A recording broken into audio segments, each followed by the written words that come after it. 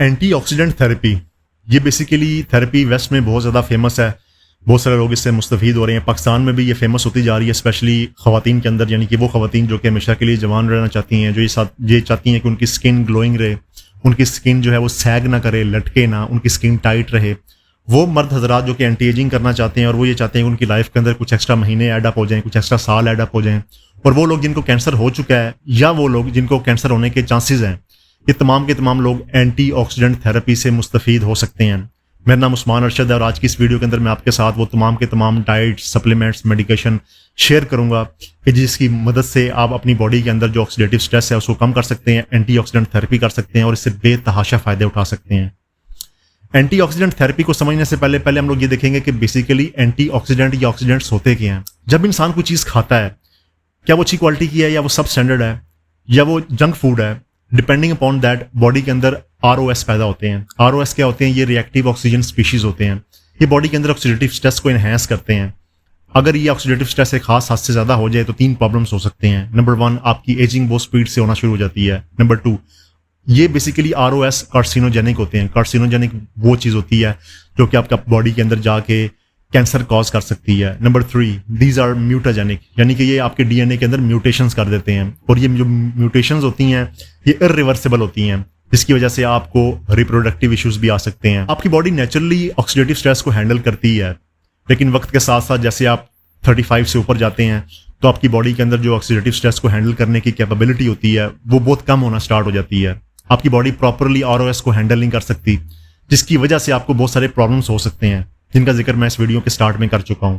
अब हम इस तरफ आएंगे कि हम लोग कैसे एंटीऑक्सीडेंट थेरेपी कर सकते हैं। नंबर 1, इसमें सबसे जो मेन चीज़ होती है, जो कोर होती है, वो होती है डाइट। यानी कि आप वो डाइट ही ना खाएं कि जिसकी वजह से आपकी बॉडी के अंदर ऑक्सीडेटिव स्ट्रेस ज़्यादा हो। वो डाइट जो कि रॉ होती हैं, नेचुरल होती हैं, अनप्रोसेस्ड होती हैं, अनस्वीटेंड होती हैं, वो तमाम की तमाम डाइट्स बॉडी के अंदर इंतहाई कम अंदाज में ROS पैदा करती हैं या ना होने के बराबर ROS पैदा करती हैं।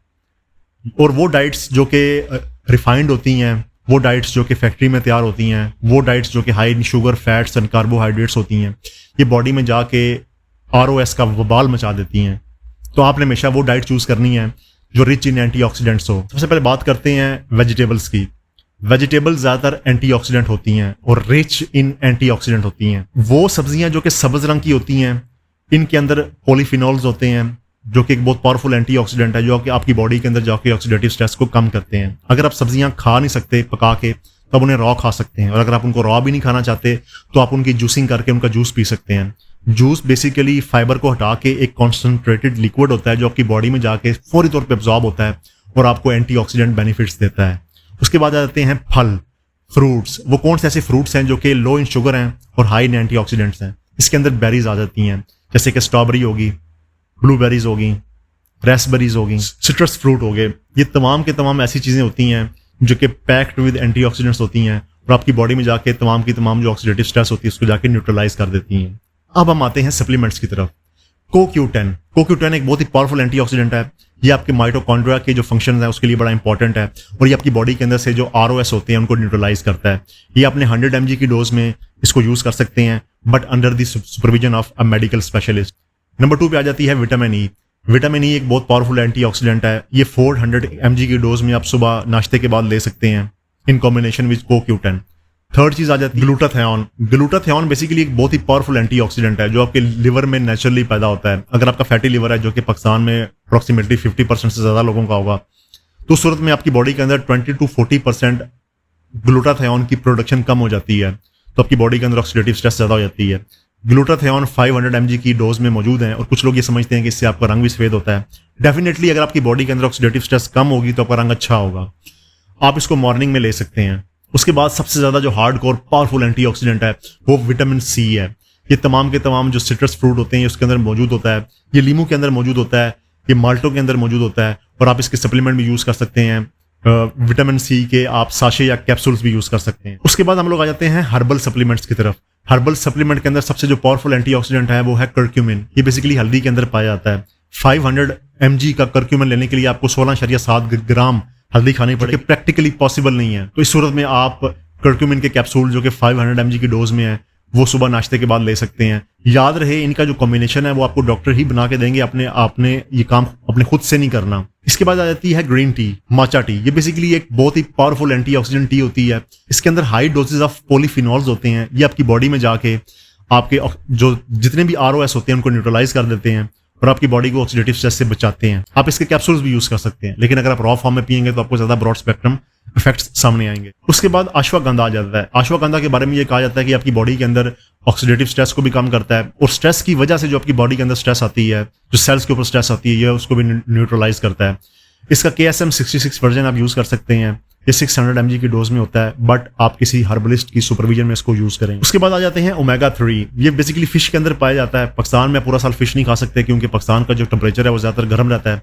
इस वजह से आप ओमेगा 3 के जो कैप्सूल्स हैं वो यूज कर सकते हैं। 1000 mg के अवेलेबल होते हैं मार्केट में।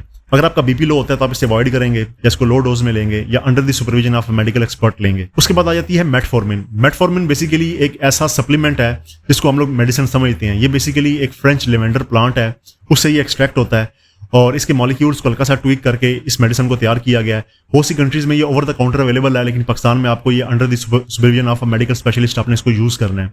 मेटफॉर्मिन आपको बहुत सारे कैंसर से बचाती है, मेटाबॉलिक सिंड्रोम से बचाती है, ऑक्सीडेटिव स्ट्रेस से बचाती है और इसके बहुत सारे और भी बेनिफिट्स हैं जो कि अभी अंडर रिसर्च हैं। उसके बाद जो सबसे ज्यादा पावरफुल एंटीऑक्सीडेंट एक मैकेनिज्म है जिसे हम लोग ऑटोफेजी कहते हैं। ऑटोफेजी का मतलब होता है सेल्फ ईटिंग, अपने आप को खाना। जब आप 24 घंटे तक भूखा रहते हैं तो आपकी बॉडी को जब बाहर से फ्यूल नहीं मिलता तो वो अंदर की चीजों को रिसाइकल करना स्टार्ट कर देती है। इस अमल की वजह से आपकी बॉडी के अंदर जो ऑक्सीडेटिव स्ट्रेस होती है वो बड़ी स्पीड से कम होती है। Fasting is the gold standard for weight loss as well as reducing stress. अगर आप वेट लॉस करना चाहते हैं, अगर आप अपने बॉडी के अंदर से ऑक्सीडेटिव स्ट्रेस को खत्म करना चाहते हैं तो fasting is the most powerful tool. याद रहे, ये आप किसी भी न्यूट्रिशनिस्ट की अंडर सुपरविजन करेंगे। उम्मीद करता हूँ ये वीडियो आपको काफी अच्छी लगी होगी। Thanks for watching, have a nice day, bye.